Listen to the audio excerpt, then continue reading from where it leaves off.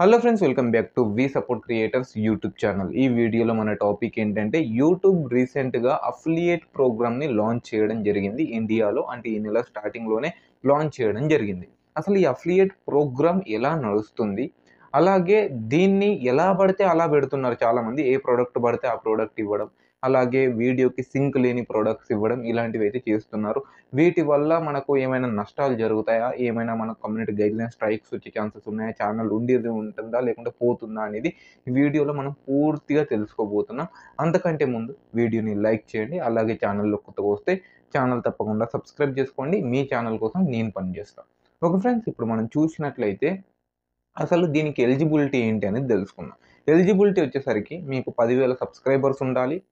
అలాగే మీరు ఇండియా నుండి అయ్యుండాలి. ఇండియా లేకుంటే యూఎస్ లేకుంటే కొరియా లేకుంటే థాయిలాండ్ నుండి అయ్యున్నట్లయితేనే మీకిది అవైలబుల్‌గా ఉంటుంది. అలాగే మీ ఛానల్ పర్టిక్యులర్ మ్యూజిక్ లేబుల్ గాని, లేకుంటే మ్యూజిక్ లేబుల్‌తోని పనిచేసేది అయ్యి ఉండకూడదు. అలా ఉన్నట్లయితే మనకు ఇది ఎలిజిబుల్ అయితే కాదు. అలాగే మీ ఛానల్‌లో నాట్ మేడ్ ఫర్ కిడ్స్ ఉన్నట్లయితేనే మీకిది ఆప్షన్ అయితే వస్తుంది. లేకపోతే మాత్రం రాదు. ఇది సింపుల్‌గా చెప్తున్నాను. ఒకవేళ మేడ్ ఫర్ కిడ్స్ అనుకోండి, మనకి ఇది ట్యాగింగ్ అనేది ఆప్షనే రాదు. ఒకవేళ వచ్చినా గూడా మీరు ప్రొడక్ట్ ట్యాగింగ్ చేసినా గూడా వాళ్ళకు కనిపించదన్నట్టు. ఎందుకనంటే పిల్లల ప్రొటెక్షన్‌ని అదుపులో పెట్టుకోవడానికి, వాళ్ళు ఏది పడితే అది క్లిక్ చేసి పర్చేస్ చేయకుండా ఉండడానికైతే వీళ్ళు ఇలా చేయడం జరిగింది. అలాగే వీటన్నిటితో సహా మనకు మెయిన్ ఏంటి అనంటే మన ఛానల్ మానిటైజేషన్ ఎనేబుల్ అయ్యుండాలి. ఎనేబుల్ అయినట్లయితేనే మనకు దీనికి ఎలిజిబుల్ అయితే అవుతాం. ఎందుకనంటే మనకొచ్చే డబ్బు గూడా యాడ్సెన్స్ త్రూనే వస్తుంది. అలాగే మనం ఏదైతే ఎర్నింగ్ చేస్తామో ఇక్కడ, ఆ ఎర్నింగ్ వచ్చేసరికి రిటర్న్ పీరియడ్ కంప్లీట్ అయిపోయిన తర్వాత 60-120 రోజుల మధ్యలో మన యాడ్సెన్స్‌లో ఈ అమౌంట్ అనేది క్రెడిట్ అవ్వడం జరుగుతుంది. అలాగే మనం ప్రొడక్ట్ సెలెక్ట్ చేసుకునేటప్పుడే అక్కడ మనకు పర్సెంటేజ్ అయితే కనిపిస్తుంది. కమిషన్ ఎంత పర్సెంట్ ఇస్తుందని, ఆ పర్సెంట్ అనేది నీకు క్రెడిట్ అవ్వడం జరుగుతుంది నీ యాడ్సెన్స్‌లో. ఇది సింపుల్ విషయాలు ఇప్పటివరకైతే మనం తెలుసుకుంది. అలాగే ఇది మెయిన్ ఇవ్వడానికి కారణం ఏంటి అని యూట్యూబ్ చెప్తుందనంటే, ఫస్ట్ మనం ఎక్కువ సంపాదించుకోవడానికి ఇస్తున్నామనైతే జెప్పింది. ఏంటి, యూట్యూబ్‌ని ఒక బిజినెస్‌గా మార్చుకొని ఇక్కడ నుండి మనం ఇంకెక్కువ సంపాదించొచ్చనైతే చెప్తుంది. అలాగే ఇంకోటేంటి అనంటే చూసే వ్యూవర్, ఒకవేళ నువ్వు వీడియోలో చూపిస్తున్నావు అనుకోండి ఒక ప్రొడక్ట్ గురించి, చూసే వ్యూవర్‌కి ఆ ప్రొడక్ట్ గురించి ఆయన పూర్తి వివరాలు తెలుసుకోవాలి అనుకుంటే డైరెక్ట్ అక్కడి నుండి ఆయన క్లిక్ జేసి ఆ ప్రొడక్ట్ పూర్తి వివరాలు చూడొచ్చు. అలాగే ఒకవేళ కావాలనుకున్న వాళ్ళు పర్చేస్ చేసే విధంగా అయితే ఉంటుంది. అలాగే ఇక్కడ మనకు మెయిన్ ఇంకో విషయం ఏంటి అనంటే ఈ 2 నెలలు అంటే నవంబర్ అలాగే డిసెంబర్‌లో మనకు ఆఫర్ గూడా ఇవ్వడం జరిగింది వీళ్ళు. అది ఎలాంటి ఆఫర్ అనంటే, మీరు ఒకవేళ $2,000 గనుక సేల్ చేసిర్రనుకోండి ఏదైనా అఫిలియేట్స్ ద్వారా ఏ ప్రొడక్ట్ అయినా గూడా మీకు $100 మనకు బోనస్ ఇవ్వడం జరుగుతుంది. $100 అంటే 8,000 అయితే వేసుకోండి. అలాగే మనం $10,000 సేల్ చేసినట్లయితే వీళ్ళొక $1,000 అయితే బోనస్‌గా ఇవ్వబోతున్నారు.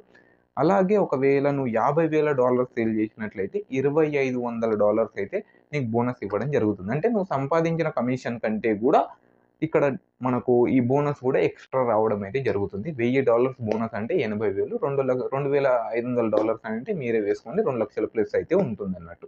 ఇది బోనస్ ప్రక్రియ. అలాగే నెక్స్ట్ మనం ప్రొడక్ట్ ట్యాగింగ్ గురించి తెలుసుకున్నాం. అలాగే ఎవరికి ఎలిజిబిలిటీ అని తెలుసుకున్నాం. వీటి గురించి అయితే తెలుసుకున్నాం గదా! ఇది మనం పూర్తిగా అయిపోయిన తర్వాత ఒకవేళ మనం మానిటైజేషన్ ఎనేబుల్ అయింది. అలాగే మనకి ఆప్షన్ వచ్చిందనుకోండి.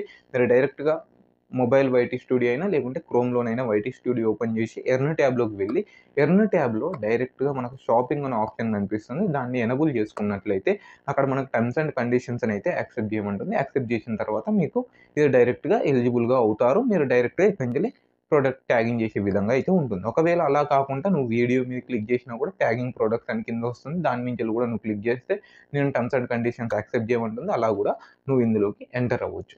ఇదంతా అయిపోయింది కదా! ఇప్పుడు మనం నెక్స్ట్ ఏం తెలుసుకుందాం అనంటే అసలు ఇందులో ఏ ప్రొడక్ట్స్ ట్యాగ్ చేయాలి? అంటే ఎవరు ఏది పడితే అది యాడ్ చేస్తున్నారు. ఏ ప్రొడక్ట్ పడితే ఆ ప్రొడక్ట్‌ని ట్యాగ్ చేయడం జరుగుతుంది. కానీ ప్రొడక్ట్ ట్యాగ్ చేసేటప్పుడు ఖచ్చితంగా గుర్తుపెట్టుకునేది ఏంటి అనంటే మన వీడియోలో కనిపించేది గాని, లేకుంటే మనం ఏదైనా దాని గురించి మాట్లాడుతున్నాం అనుకోండి ప్రొడక్ట్ గురించి, ఆ ప్రొడక్ట్ మాత్రమే మనకు ట్యాగింగ్‌లో ఉండాలి. అంటే ఇప్పుడు నేను బోయా మైక్ గురించి మాట్లాడుతున్నాను. లేకుంటే నేను బోయా మైక్ పెట్టుకొని మాట్లాడుతున్నాను. అలాగే నా ఫోన్ ఉంది. నా ఫోన్ గూడా మీకు చూపిస్తున్నాననుకోండి. అవన్నీ కూడా నేను ట్యాగ్ జేసుకోవచ్చు. కానీ మన వీడియోకి సంబంధం లేనివి ఏ ప్రొడక్ట్ పడితే ఆ ప్రొడక్ట్ మన కంటెంట్‌కి అంటే మన కంటెంట్‌లో వేరే ఏదో చూపిస్తాం. అలాగే వేరే దేని గురించో చెప్తాం. అలాగే ప్రొడక్ట్స్‌లలో ఐఫోన్ వచ్చి మనం ఇక్కడ యాడ్ చేస్తూ ఉంటాం. ఇలా మాత్రం చేయకూడదు. అలా చేసినట్లయితే ఏంటి అనంటే యూట్యూబ్ చూసిన తర్వాత ఆటోమేటిక్‌గా ఆ ప్రొడక్ట్‌ని అనేది రిమూవ్ చేయడం జరుగుతుంది. రిమూవ్ చేసిన తర్వాత నువ్వు మళ్ళీ అదే తప్పు చేసేదుంటే డైరెక్ట్‌గా నీకు అఫిలియేట్ ఏదైతే ప్రోగ్రామ్ ఇచ్చిందో అది నీ ఛానల్ నుంచెల్లి తీసుకోవడం జరుగుతుంది. రిటర్న్ తీసేసుకుంటారు. మళ్ళీ నీకు అఫిలియేట్ ప్రోగ్రామ్‌కి ఎలిజిబుల్ అయితే అవ్వవు ఎప్పటికి కూడా. పర్మనెంట్‌గా నీకది బ్యాన్ జేయడం జరుగుతుంది అఫిలియేట్ నుండి. అందుకోసమే ప్రొడక్ట్ ట్యాగ్ జేసేటప్పుడు నా వీడియోలో దీని గురించి ఉందా? అలాగే నా కంటెంట్‌కి దీనికి సంబంధించిందేనని ఆలోచించుకోండి. అలాగే మనం ఒక ప్రొడక్ట్ రిమూవ్ చేసిన తర్వాత గూడా మళ్ళీ మన ఛానెల్‌లో యాడ్ చేస్తున్నట్లయితే క్లియర్‌గా యూట్యూబ్ అయితే రిస్ట్రిక్షన్స్ అయితే ఇస్తుంది. నువ్వు డిలీట్ చేసిన ప్రొడక్ట్ మళ్ళీ యాడ్ చేసినావనుకో, ఖచ్చితంగా నీ అఫిలియేట్ ప్రోగ్రామ్ అనేది తీసివేస్తామనైతే చెప్తుంది. తర్వాత లాస్ అయ్యేది నువ్వే. ఇప్పుడు ఏది పడితే అది ట్యాగ్ చేసి తర్వాత నష్టపోకుండా ఉండండి. నెక్స్ట్ మళ్ళీ యూట్యూబ్ ఏం చెప్తుందనంటే, నేను ప్రొడక్ట్స్‌ని రివ్యూ చేస్తాను. మీరు యాడ్ చేసిన ప్రొడక్ట్స్‌ని. రివ్యూ చేసినప్పుడు అలాగే నువ్వు ఆ ప్రొడక్ట్ గురించి వీడియోలో ఎక్స్‌ప్లెయిన్ చేస్తున్నావనుకోండి, ఆ ప్రొడక్ట్ ఎందుకోసమైతే తయారైందో దాని గురించి మాత్రమే చెప్పాలి తప్ప, దాని ఏంటిది నువ్వు ఒకటి తయారైంది ఒకలాగా అయ్యి, నువ్వు ఇంకోలాగా ఎక్స్‌ప్లెయిన్ చేసినా గూడా మనకు ఇది ప్రాబ్లమ్ అవుతుందనైతే వీళ్ళు క్లియర్‌గా చెప్పడం జరిగింది. అలాగే మీరు ఇంకా మనకు చాలా రిస్ట్రిక్షన్స్ అయితే పెట్టడం జరిగింది. కాపీరైట్ క్లెయిమ్ ఉండొద్దు. మనకు కాపీరైట్ స్ట్రైక్స్ వచ్చినా గూడా ఇక్కడి నుంచి డైరెక్ట్‌గా ఈ ప్రొడక్ట్ ట్యాగింగ్ అనేది వెళ్ళిపోవడం జరుగుతుంది. కాపీరైట్ క్లెయిమ్ ఉంటే మీరసలు ప్రొడక్ట్ ట్యాగింగ్ గూడా చేయలేరన్నట్టు. ఓకేనా? ఇవైతే దీనికి గైడ్‌లైన్స్. వీటిని మెయింటైన్ చేస్తూ మీ అఫిలియేట్ ప్రోగ్రామ్‌ని సేఫ్‌గా ఉంచుకుంటారనైతే నేను అనుకుంటున్నాను. చాలామంది ఏ ప్రొడక్ట్ పడితే ఆ ప్రొడక్ట్ ఇస్తున్నారు గదా! ఇప్పటికైనా మారండి. మీరు చూపించింది మాత్రమే, నువ్వు వాడేది మాత్రమే ఆ ప్రొడక్ట్‌ని ట్యాగ్ చేసే విధంగా చూడండి. యూట్యూబ్ ఎప్పుడైతే రివ్యూ చేస్తుందో నీ వీడియోకును, ఆ ప్రొడక్ట్‌కు మ్యాచ్ అయ్యేలా ఉన్నట్లయితేనే నీ ఛానెల్ సేఫ్. ఇంకా నీ ఫ్యూచర్‌లో అఫిలియేట్ యూజ్ చేసే విధంగా అయితే ఉంటుంది. ఓకే ఫ్రెండ్స్, ఈ వీడియోలో మీకు ఇంతే చెప్పాలనుకున్నా. వీడియో మీకు చాలా నచ్చుతుందనైతే అనుకుంటున్నా. నచ్చినట్టయితే దయచేసి లైక్ చేయండి. అలాగే ఛానల్‌లో కొత్తగా వస్తే ఛానల్ తప్పకుండా సబ్స్క్రైబ్ చేసుకోండి. Okay friends, bye. జై హింద్. వందే మాతరం. హరే కృష్ణ. రాధా రాధా.